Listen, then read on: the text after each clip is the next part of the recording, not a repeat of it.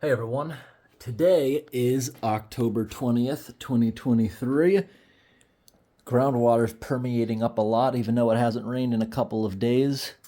We got a couple little projects I'm going to do tonight. The first one I mentioned in a video last week. This thing right here, the oil filter, big oil tank to run the furnace in the basement. This is full of fuel oil, which is basically the same as diesel, but it's refined less and has a lot of sulfur in it, so it might mess up a diesel engine. Anyways, these days, even though the tank is pretty new, it shouldn't have been installed this way, but it is. This is the old-fashioned way of doing it. Whoever was installing it is probably old and was used to that. Anyways, the fuel line is supposed to these days come out of here. It's supposed to pump it out of the top. A lot of newer systems will have a return line also. And basically, if you hit this or someone stands on it to try to reach something, or it gets hit by the snowblower, which is going to be parked right here, all this almost 300 gallons of fuel go all over the floor. Insurance doesn't cover that anymore like they used to. So we're just going to build a simple box around it. I already marked everything. This right here will be the one leg that'll be right here holding this thing up. This piece here, the first cut is going to be screwed here, come out here. The second piece here is going to go to about this point and stop, so someone can reach in here, shut it off, or remove the filter without removing the box, which will be screwed to the wall. And over the top of it is going to be a piece of wood here, and that's simple as it is. I'll still have an open spot where I can put a couple things there, but it'll stop it from accidentally getting hit. Alrighty. Let's grab the safety glasses. Grab the pieces of wood. And this stuff's all scrap. Just gonna quickly cut that stuff and we'll go ahead and, yep.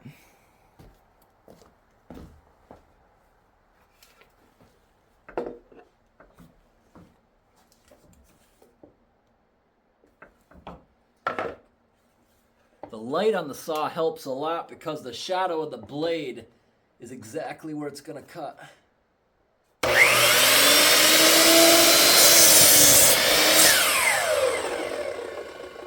I'm using the bag today only because a few cuts I'm going to do on another project. The boards are long and this thing will have to be in here. And outside it's all dewy and wet, and I don't want the lumber to get wet. Now this piece here, I think I'm going to have to do 2 cuts and just have to line it up as best as I can. Yeah, the blade's not going to get through that. Turn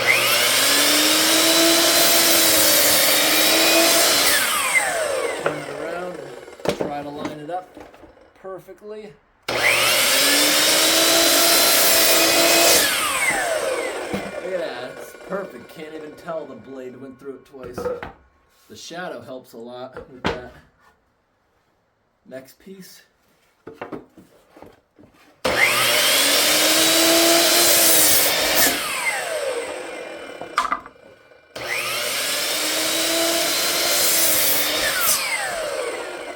Alright, let's go set that up and see what we can do.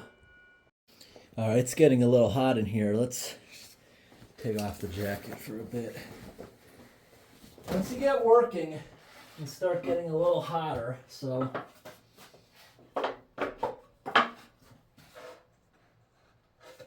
let's go ahead and throw this together now.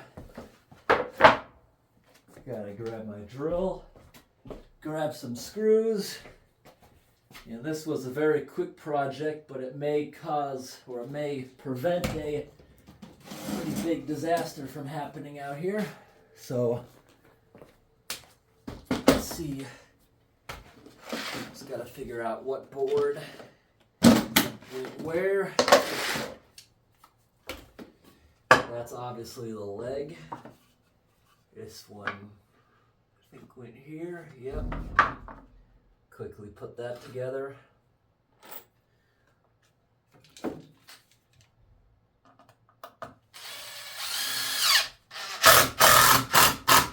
These screws are a bit long, so I'll wait to sink it until it's up because they're going to go through.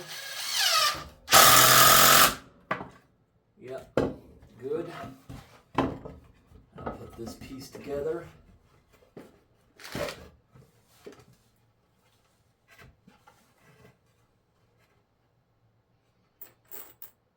It's a garage. I'm not going to paint it or anything.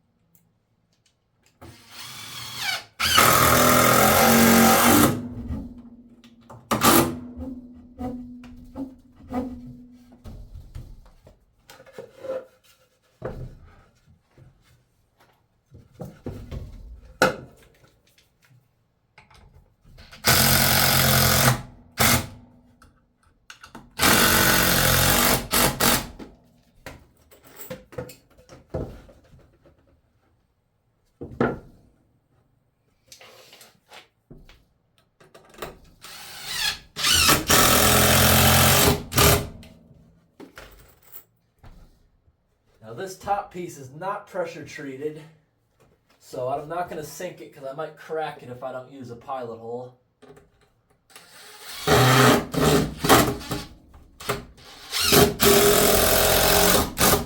Just flush, not sunk.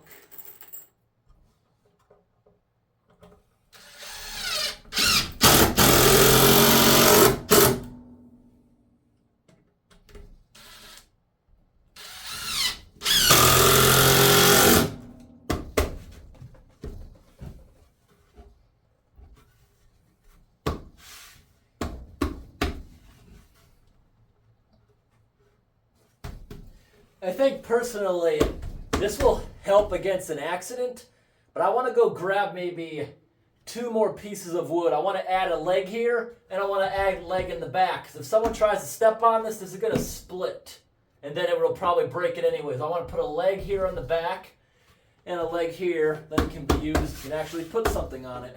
But now there's access. Oil guy can get to it if it has to be done. Just need to build a quick little box around it. All right, coming outside to the scrap pile. This one piece should make 2 more legs. All right, back in the garage with it. I just marked my cut. And this other one here, I'll just replicate the cut. This one doesn't have to be perfect because it'll be screwed here. This one, if you were to put something here or step here pushing down, it'll be all right, but you could kick it out of place. I'm not going to reinforce it that way. That board was not long enough to make 2 of them. The other one's a bit short, so that'll go there. So I'll just put it in the back here.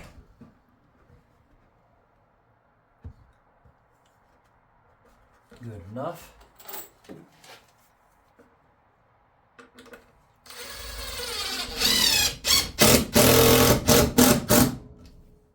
That spun a little bit, making it straight.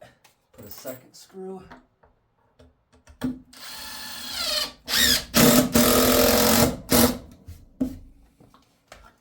Go ahead, put this guy inside here.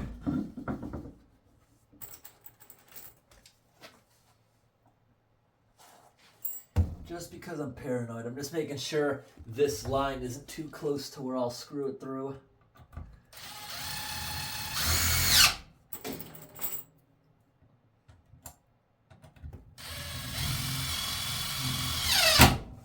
Hold the leg.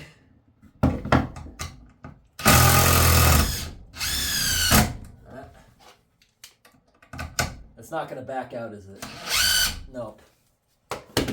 I'll just have to hold it without my hand being near it. Alright, tightened up nice.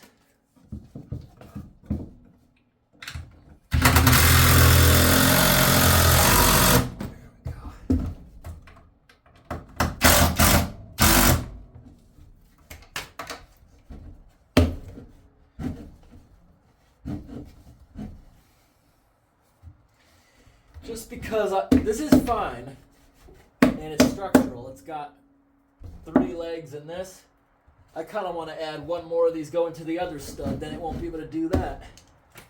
We'll overbuild it a little, and that other bracket will keep this leg from ever folding, although it would have to be intentional for that to happen. Glad I kept all the scrap. Alright, grab another piece.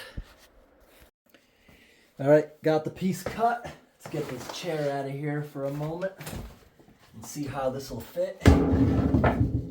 Oh wow, it couldn't have been more perfect. Screw that, and then I have to crawl underneath the tank a little bit to do that other part.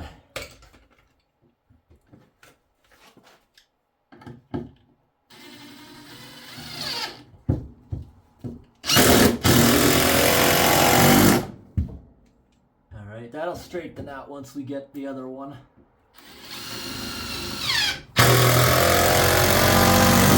You see how this whole stud's moving? That's fine. Because by code, that's just how it's put together. It's not meant to twist like that in a wall. Now maybe I don't have to crawl myself under that. Maybe I can get it from here. Is there enough space to drill? It's very awkward. As long as we can get at least one of them in there.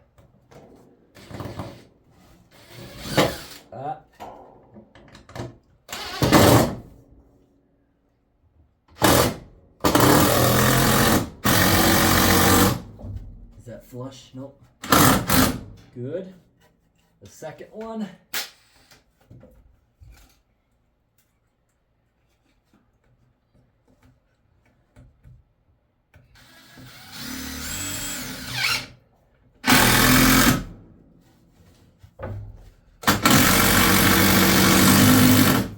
Good. I mentioned at the beginning of this video that the floor had a lot of groundwater coming up. There's no barrier in this old concrete. Good thing we have pressure treated because that would mold the bottom part. Look at this. That's pretty strong. And now you can confidently use it as a step to get up on the stool. I can store things on top of the tank. And now there's no chance of accidentally hitting that, parking the snowblower or something next to it. Nice. You just prevented maybe a disaster from happening with that stuff there. Now I'm just moving a couple things. All right, and you guys see? Now strong enough to stand on it. It's supported from all sides. I can get up the shelf, put things on the tank if I run out of space. I left this little spot available to just put random things, and it'll actually kind of hold them together. And now I can go ahead and park the snowblower back. And this thing is inches away from that. Could easily have had an accident and hit that. Look at that, fits in there perfectly. It's a step stool / protector of that oil filter. So, because that could easily break off if you hit it and spill all that oil onto the floor. These days, they usually don't put it out the bottom to prevent that. They'll just keep the drain plug plugged, and they will have it come out the top instead. Because if you break it off the top, who cares, really? A simple thing that can be built with scrap in about... If I wasn't filming it, I could have put that together in less than 20 minutes. It'll save a huge disaster. Most likely your insurance company is not going to cover an accident like that. They used to, but it's so costly, most of them had got rid of it these days. That's why you better make sure you have an up-to-date tank. A tank like that has a 20-year life. If your tank's older than 20 years, it doesn't matter if it looks perfect and painted. On the inside of it, think about it. Every time the oil guy's filling that thing, maybe filling it in the rain, every now and then, just a little bit of water's getting in that from time to time. Over a course of 20 years, you might have an inch of water sitting at the bottom because water's heavier than oil. It's sitting at the bottom, rusting it from the inside out without you even noticing. One day, the oil man comes, puts that little bit of pressure on the tank, the splashing, it filling back up, whole bottom will just be rusted and let loose. That has nothing to do with what we did today. That's just preventative maintenance. That sort of tank has a 20-year life. They have more expensive ones that are thicker or double-walled that last 30 years or even more. But that one there is one of the cheaper Home Depot tanks. It has a 20-year life, and I hope today's video was interesting, everybody. Thanks for watching, and have a great day.